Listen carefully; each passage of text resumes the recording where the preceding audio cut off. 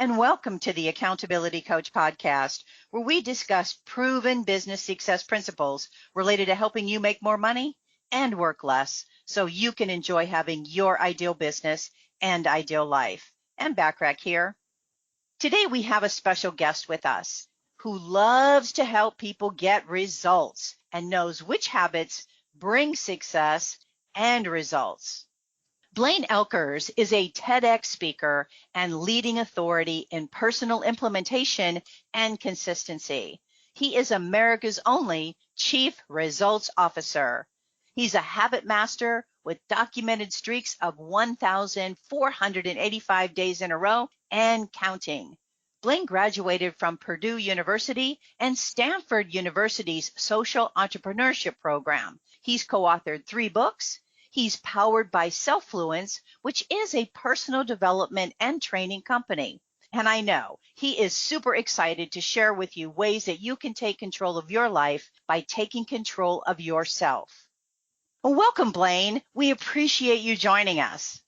Hey, Ann, thank you so much for having me on. I just want to start off by saying thank you for taking the time to put these podcasts together, put these shows together, and put them out there online for people. I've been studying your stuff for a while, and you have a lot of content, a lot of episodes, so honored to be on. But you're also, what I'm seeing is you're creating a kind of results ripple, right? And so I believe your stuff is going to actually touch lives not yet born because it's out there online for people. Your stuff is very like search friendly too, so you kind of know what you're doing. But happy to be here and look forward to adding some value to the listeners today. Well, talking about results, you're called the Chief Results Officer. So I'm curious, what are the specific habits that we need to implement that will consistently bring us successful results? Your thoughts on that? That is a great question. And so I've been a Chief Results Officer for a long time and kind of put together, I like to call them results machines. And so results machines are the things that you can kind of turn on like a machine, and then it runs for you constantly, kind of bringing you steadfast, move the needle, type of results. And so there's a couple of them. So let's unpack a few. The first one is I never like to let a day end without planning the next one. So next day planning is super, super key. And if you're not doing it, at a minimum, you should make a little list of the top 1, 2, 3 things that you want to do, the next day. But it's key that you plan your day. I often tell people, if you walk down the tarmac and you get on an airplane and you peek in the cockpit and there's no pilot, and you sit down and then the flight attendant comes on and says, you know what, we don't have a pilot today. There's not going to be a pilot. There won't be a pilot at all. How long are you going to stay on that plane? Not very long. Well, that's what you're doing every day when you get up and you don't have a plan, right? So you need a plan, and you're kind of the pilot of your own plane. You don't want to get hijacked into somebody else's plan, which you will if you don't have a plan. So I would say next day planning, really key, basics, fundamental. The next one would probably be some type of morning routine. And maybe every morning that can't be, an hour of the perfect stuff, but some kind of morning routine where you gain a little momentum, you get a few things done, especially maybe 1 or 2 for yourself, put yourself in the right frame of mind, try to push out the world, don't jump right into email and those other things, but a good morning routine, some type of weekly check-in, some type of looking at your life on a weekly basis. That brings results, right? What kind of gets measured gets managed. So I think that's really big.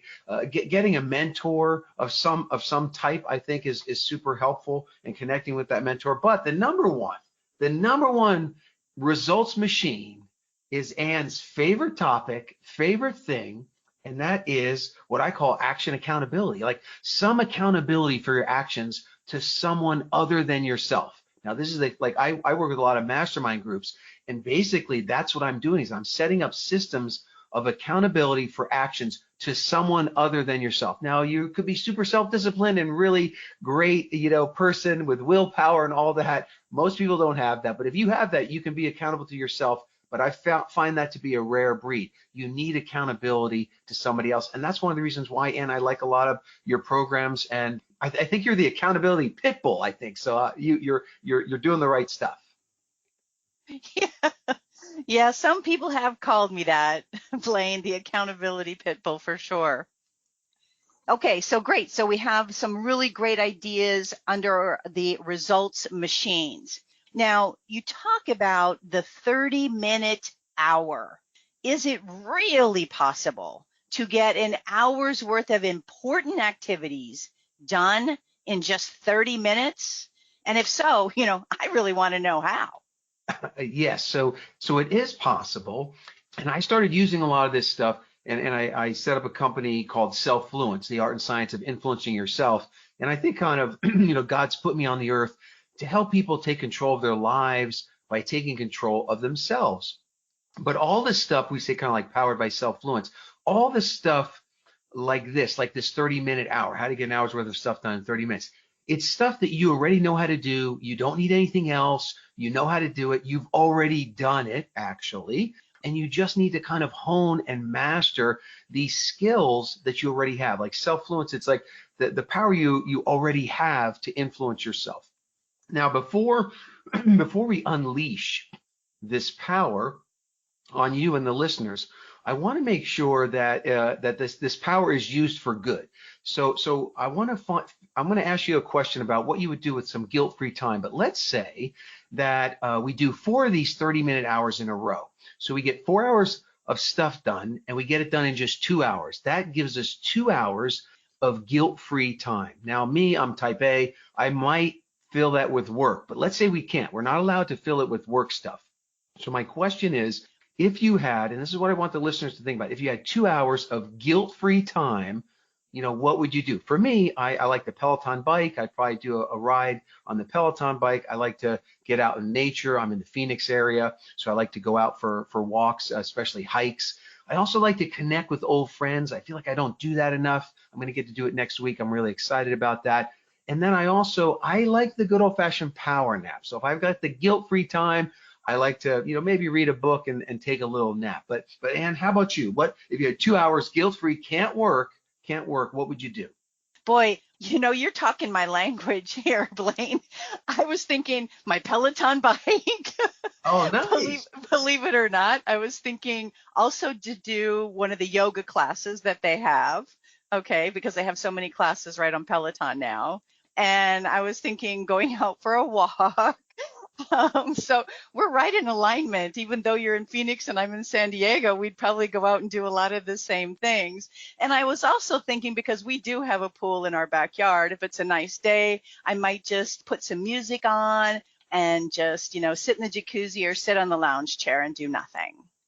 All right, I love that. And so hopefully the listeners, hopefully you're thinking about some of those things. And I would really hope that as you learn what we're going to talk about here, the 30-minute hour, that you'll take some of that time and do some of those things, right? Do some of those things. All right. So, Ann, there's a day that happens during the year for everybody. Now, some people might happen more than once during the year, but it's a day where people are 3 to 10 times more productive than a normal day, 3x to 10x. Now, we're only looking for 2x. We're just looking to take the 60 minutes and shrink it down to 30. But this day, you're 3 to 10 times more productive than your normal day. And this is the secret to the 30-minute hour. Do you know what day that is? I have no idea. No idea. All right. So now it's going to be very self-evident as you figure this out. But so what I want people to remember is 30-minute hour, but then remember this day. It's the day before vacation, right? So think about this. The day before vacation, people are 3 to 10 times more productive than they are on a normal day. And so we're gonna unpack it, because I created a little acronym so you can remember this power. So you're gonna think 30-minute hour, day before vacation mode. I have a little sign in my office here to remind me, day before vacation mode, and then it's PDF. Now PDF, a lot of people know that acronym because it's easy to remember, because people say, hey, email me the PDF, or I'm going to go print out the PDF. And so I don't know, Ann, if you're a techie, do you know what PDF stands for when they're talking about that? I actually forgot what PDF stands for. All right, but you've heard of that, right? Like Oh print out yeah, the sure. PDF. Yeah, Yeah. yeah. And so it stands for the techies out there, it stands for portable document format, which makes sense. It's like a document you can print out anywhere, right? From any computer, and the fonts aren't going to get messed up. But in our case, day before vacation mode, it stands for plan, delegate, focus. So let's unpack these so you can use them. Planning. So we talked about this already. Planning. So the day before vacation, you plan that typically the night before, but you do the next day planning. You plan out the day. And typically on the day before vacation, people wake up 30 to 60 minutes earlier than a normal day. So if you want a 30-minute hour right away, first thing, just wake up 30 minutes earlier. Now you've got 30 extra minutes in your day, and you just had one right there. So waking up early. The other thing about planning that happens on the day before vacation is people have a very clear vision, right? They know what they're going to do, what they want to do. So getting some clarity will also help save time. But then the other thing on the planning side is you get very 80-20. And you've heard of the 80-20 rule, right? Pareto's principle. Oh, absolutely. Okay, so most people have heard of it, and I say, tell me what it is? And they say, well, 20% of what I do produces 80% of my results. And I go, yeah, that's great. How come you're not using that every day? But the day before vacation, you're using it because you have limited time, and you're like, okay, I can only do so many things. What is the most important stuff? Let me focus on the 20 and let me oust the 80. So doing that in a planning sense, you're going to be able to cut stuff out of your day and have the 30-minute hour. So that's planning. D stands for delegate. So what happens on the day before vacation is you become a master delegator, right? And I like to say who before do. Think of who can do this before I do it, right? Think who before the do, and start delegating stuff, right? You've got to get better at that to have more 30-minute hours. So for example, my wife, she also works from home. She'll be like, okay, what can I do for you today? I'm like, oh, wow, if you could run this errand and do this thing, you just gave me 2 30-minute hours. Boom, right? So delegation becomes really, really key. But the most powerful one, and what makes the day the most different, is the F, is focus. So we got plan, delegate, focus. So focus on the day before vacation. You have this weird, fierce focus, right? Where there's no chit chat, there's no, long phone calls, there's no shiny objects, there's no long responses to anything. You really stay on track. There's a lot of things that you don't do. All the distractions kind of melt away, and you use the most powerful word in creating 30-minute hours is only 2 letters, and it's no. Right? So on the day before vacation, someone say, Blaine, can you do this? No, no, no, no. Like I get real good at saying no. And the better you can get at saying no, the more 30-minute hours you'll have. The other thing about the focus is that it's very on schedule. So on the day before vacation, you're very scheduled. Like you'll say, okay, you'll use timers even. So people, one of the highest use of timers is the day before vacation, where you say, look, I've only got 30 minutes to do this task, and I'm going to set a timer and I'm going to make it happen. You also keep things on schedule, but you also look to shrink your schedule. So for example, somebody will say, Blaine, can we meet for an hour to do this? And I'll say, can we do it in 30 minutes? And 9 times out of 10, they'll say, yeah, let's do it in 30. If not, then they'll say 45, then I shaved a little time off it. But starting to compress time in your schedule and by using timers. The last part of the focus is that on the day before vacation, people become tasking masters. And there's 3 types of tasking that you crush the day before vacation that you can use to create these 30-minute hours. And that's single tasking, multitasking, and batch tasking. So single tasking, that's where it's something only you can do, and you have to like shut the world out, and you got to go after it, and you got to get that thing done. So I know, like, let's say I have to write an article, and if I was going to spend an hour writing that article, if I instead would give myself 30 minutes of total focus time, I can do an hour's worth of work in 30 minutes by total focus. Now, what does total focus look like? That means my phone's in airplane mode. There's no rings, dings, or bings. There's nothing on my schedule. There is no way to interrupt me in any way. All the web browsers and email stuff, it's all shut down on the computer. It's just me and the keyboard, and me and the keyboard, and we're getting that thing done. So single tasking with shutting out all the distractions, you can get an hour's worth of stuff done in just 30 minutes. So you got to create those iron cage around that time. So that's single tasking. The second one is multitasking. Sometimes gets a bad rap, but multitasking is where you do 2 things at the same time without sacrificing the quality of either one. So for example, in the day before vacation, I'm getting in the car. I know I have 30 minutes. Instead of rocking out to 80s music, which I normally might do, on the day before vacation, I'm saying 30 minutes. I can get these 3 calls done, 10 minutes each. Let's go. Boom, boom, boom. And so you're using that time where you can do 2 things at once. I like to exercise, but I also like family time. So how can I merge those 2 together? Our family, we played tennis. So that was kind of our way to merge those things together. Or, you know what? I need to get some exercise in, but I need my daily dose of Ann. So what do? I work out and listen to one of the podcasts, right? So you're looking for ways wherever you can do 2 things. When you're doing chores, when the hands are busy, but the mind's not, there's a lot of times that you can do that multi tasking. And then the last one is batch tasking. So day before vacation, you batch everything together at a necessity, but you should do more of that in your daily life. For example, if you have errands to run, you got 3 errands. You're not going to go out, run an errand, come back, go out, come back. No, you're going to batch them all together, do all the errands together, do all the phone calls together, do all the computer work together, do all the people work together. One of the biggest batch tasking savings that my wife and I, we both work from home. Like I said, but we would interrupt each other all day until we made a little shared note on our iPhones and we put all the stuff in there. So I don't interrupt her during the day. She doesn't interrupt me. Then we typically have lunch together. And when we have lunch together, now we're going over, in a batch way, all the little questions we have, but they're all put together. Same thing like if you have office hours. If people are bothering you at work or running your business, set up times where it's okay for them to talk to you, but all the other times are not, right? So batch that time together. There are some other things you can do. Typically, you can use automation like apps to listen to podcasts faster. I talk pretty fast, so maybe you can't speed this one up. But a lot of times I find I can listen at 1.3 or 1.5 speed to save time. There's a lot of little things like that. But I would say one of the other last things here, so it's plan, delegate, focus. But the other thing the day before vacation does that is key is it releases the perfectionist in you. That's the big thing, is that you're no longer perfectionist. You can't be, because you're going on vacation. You have to get it done. You release the perfectionist.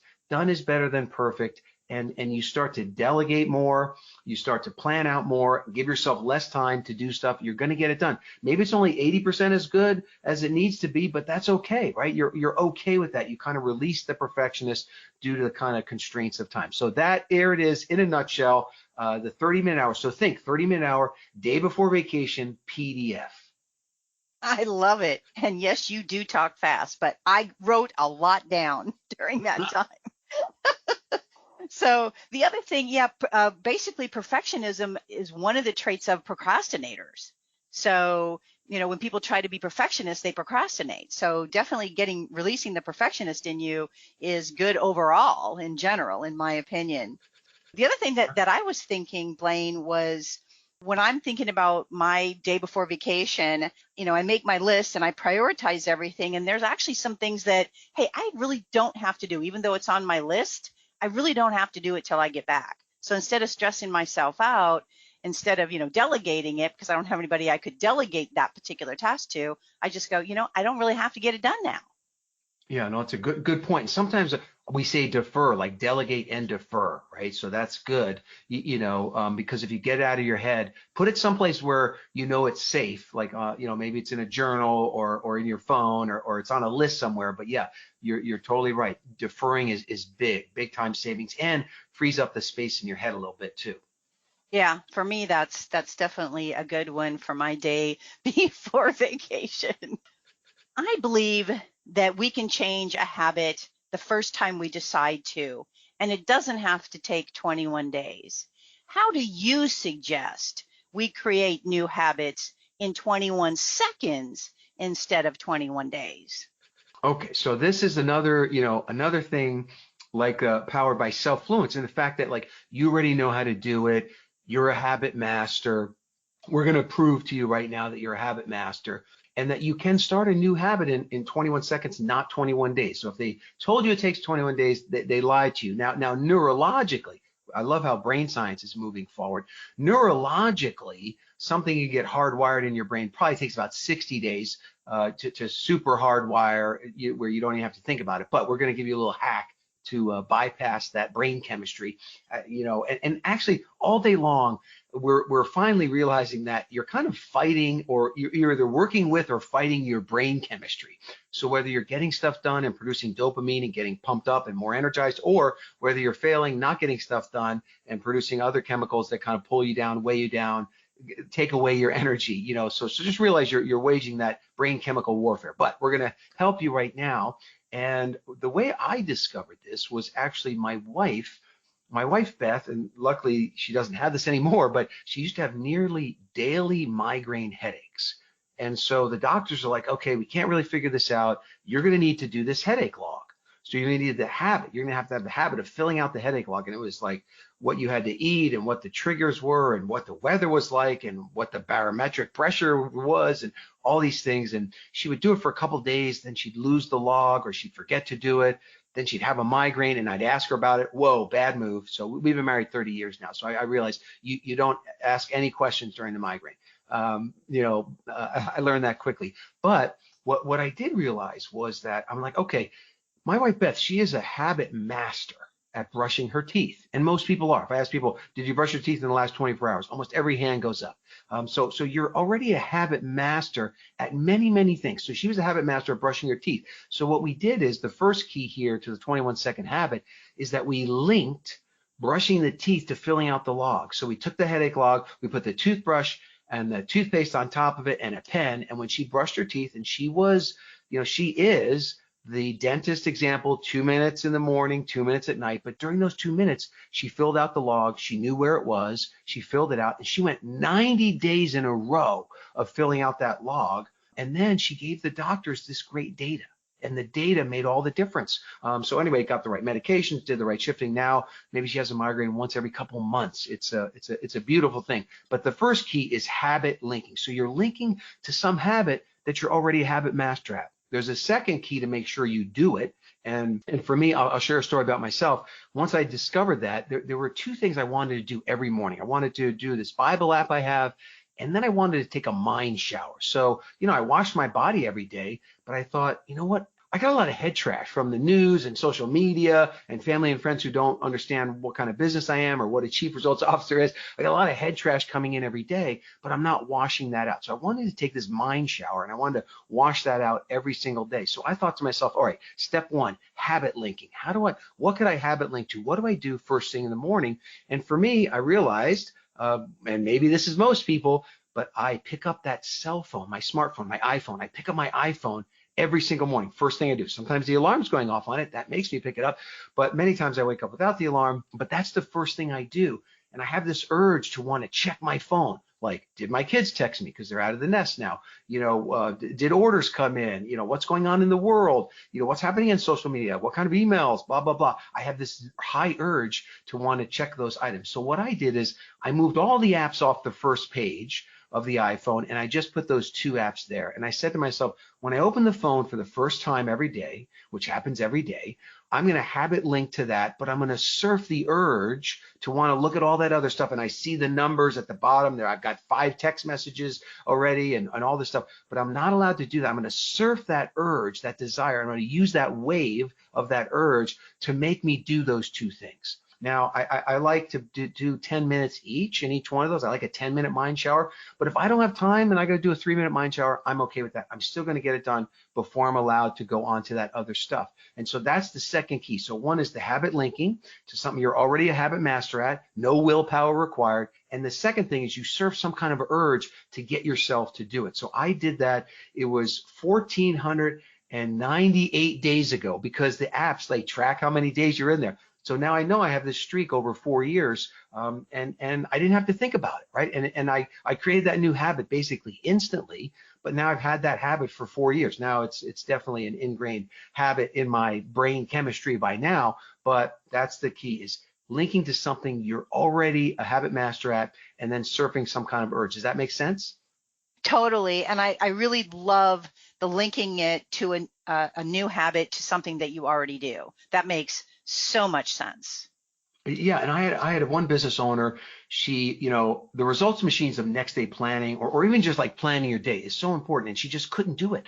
And I said, okay, Ann, what do you do first thing in the morning? She says, well, I always have a cup of coffee. I said, when's the last day that you went without a cup of coffee? She said, I can't remember. I said, then that's it. Just have it linked to that. So say you can't have the first sip of coffee until the list is done, or at least the list is started. And maybe while you drink your coffee, you make your list. But now she's gone every day by making that list because she habit linked it, to something that happens every day. And she put a pad of paper and a pen by the coffee maker so she could see it. You need some kind of like little cue there, a little reminder. But now she's doing that, every single day. So again, habit linking, and then she's surfing the urge to have the coffee to get her to do that thing. And again, you're not perfection. The urge there is to push you into not making it be a big, long thing with a lot of resistance. Yeah, no, I love it. That's just so logical. Why didn't we think of this sooner, right? Right. I couldn't. I was like, whoa, this is really working. And there's things you do weekly. I mean, there's things you do daily, more than once a day, like brushing teeth sometimes. There's things you do once a day, get dressed, drive to work, have lunch. Then there's things that you do every week, like Monday comes every week. You can have it linked to that. But typically there's something that you're doing on certain days that you can link to weekly, monthly. Some people link to things annually. So I would say also, though, start small. Just pick one, make it easy, keep the resistance down low, because you want to build the happy brain chemicals that like done is the engine of more. Like you want to win early, win often. And there's another cool thing. When you get about 3 or 4 days into a streak, then you don't want to break the chain. So then there's a little psychology that starts to work in your favor as well.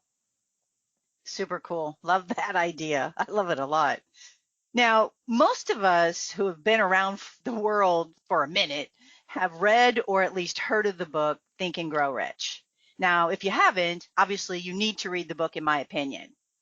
Blaine, you have your own version of Think and Grow Rich. So help us understand how it's different than the other version.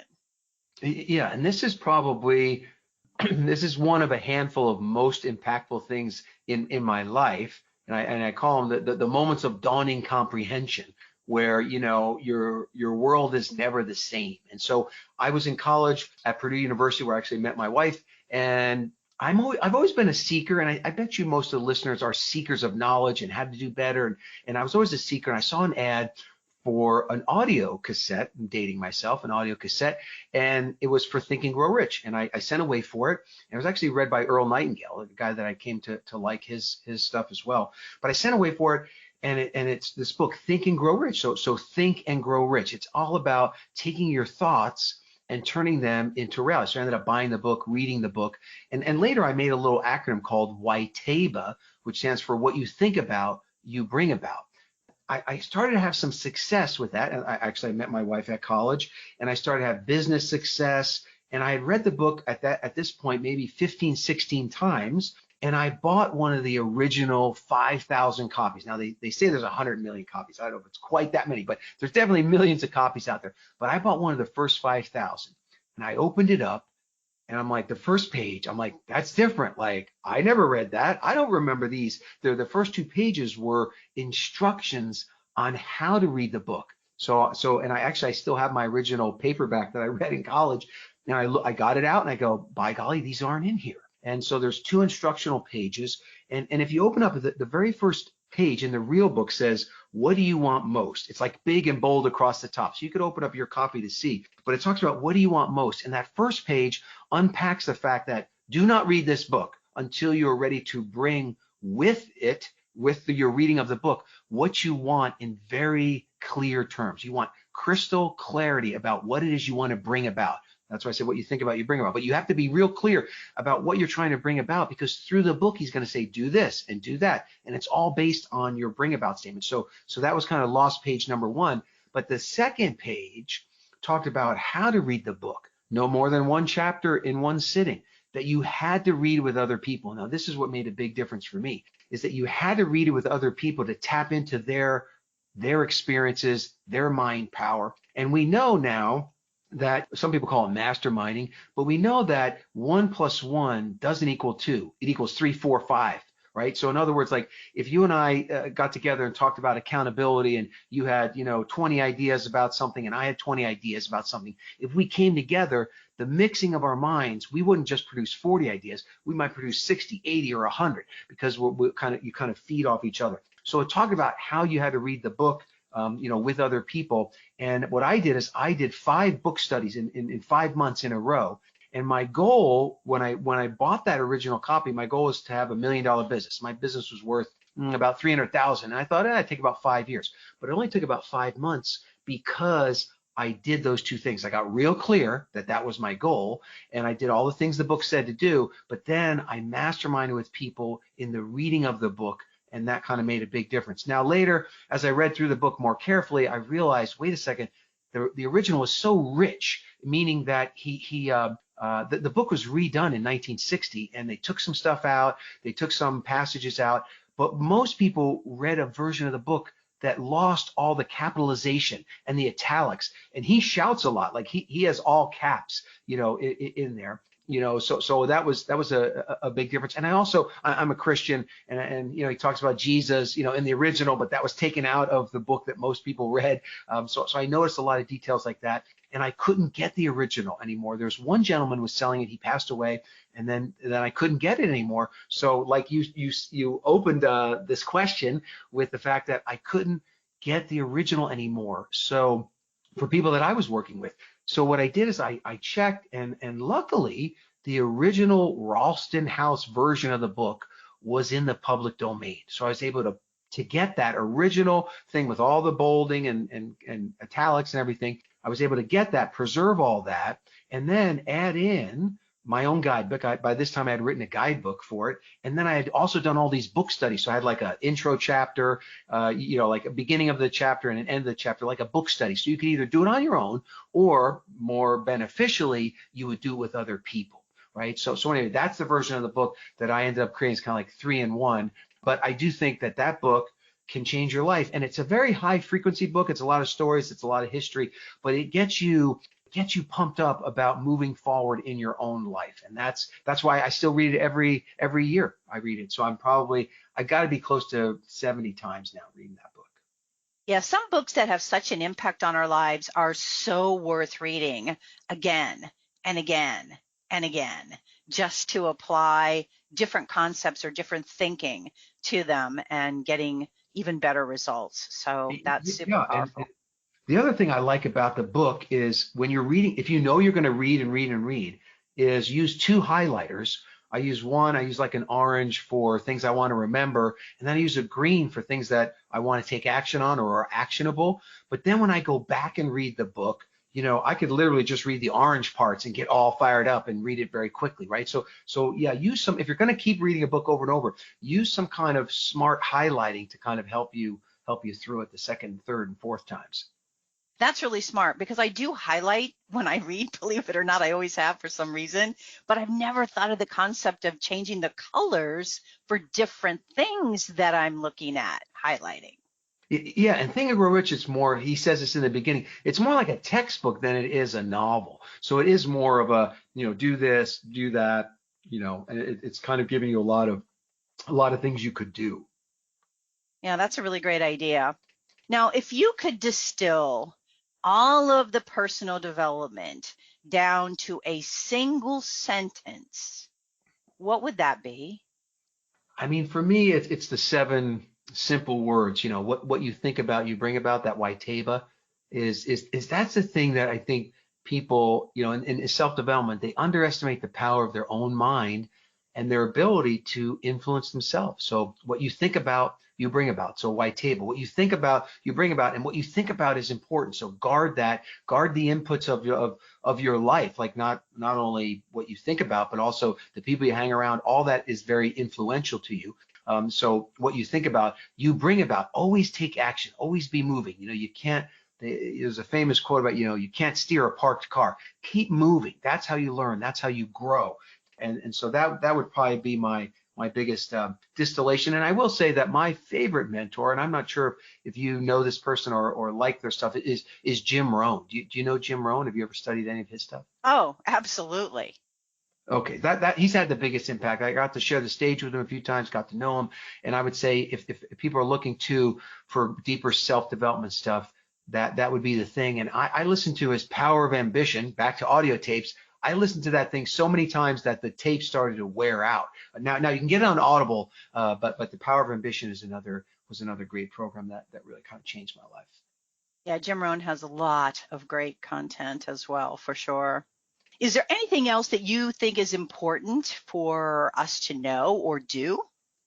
Well, I think just, keep taking action, and realize that the power you have to influence yourself is really big, but you gotta keep pouring in the positive, especially in this world today, hyper connected, crazy news and social media and all that stuff. Don't underestimate the power of tapping into things like this, like Anne's podcast, pouring in the positive. The solution to pollution is dilution. You got to dilute that stuff down and stay around the positive people, because in the end, what you think about, you bring about. And what's funny, not funny, it's almost tragic that people don't realize that your thoughts end up dictating or creating the reality that you end up living. So for example, if I told you, Ann, I'm sorry, but today's going to be like one of the worst days of your life. I'm sorry about that. And then you're almost hit by a car. And then you say, Blaine, you're right. I was almost killed by this car. I'm all stressed out. I feel terrible. I'm scared of everything. Right. Now, in the same day, if I said, Ann, today's going to be one of the best days of your life, and you carry that thought, that intention for the day, you're almost hit by the car. You come back and say, Blaine, I am so happy. I'm saved. I don't know. God still has something for me because I'm still here. This is the best day of my life. The circumstances were the same. It was the way you interpreted that. That's what makes the difference. And it's that thought and how you start the morning and what you think about, you bring about. But it's your intention and that thought that makes all the difference. Jim Rohn, I stopped worrying in life when I got this quote from Jim Rohn. It's not what happens that determines your life future. It's not what happens that determines your life future. It's what you do about what happens. And you always have that chance to respond, and bad things are going to happen and good things are going to happen.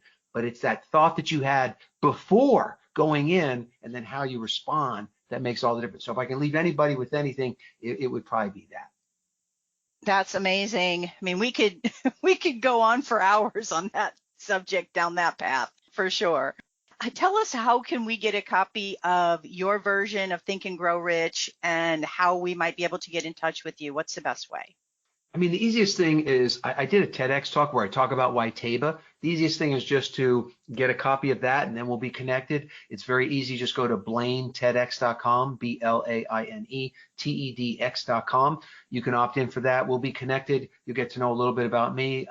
Then you can reach out to me, and if I can serve anybody in any way, happy to do it. And I can get you a copy of the book or anything from that.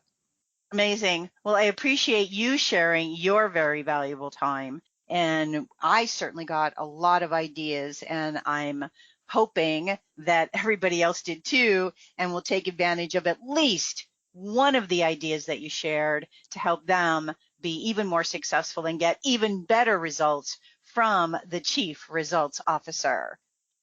My hope for our time together with Blaine Oelkers is that you got value and an idea or two, or even three, that will help you be even more successful professionally and personally. Feel free to share my podcast with others, as they can be found on most podcast platforms and in most English-speaking countries. And if you'd like to get a short daily fix from me, subscribe to the Accountability Minute, which can also be found on most podcast platforms and in most English-speaking countries, and of course at accountabilitycoach.com. And always aim for what you want each and every day. Until next time, make it a great day, today and every day. I appreciate you listening.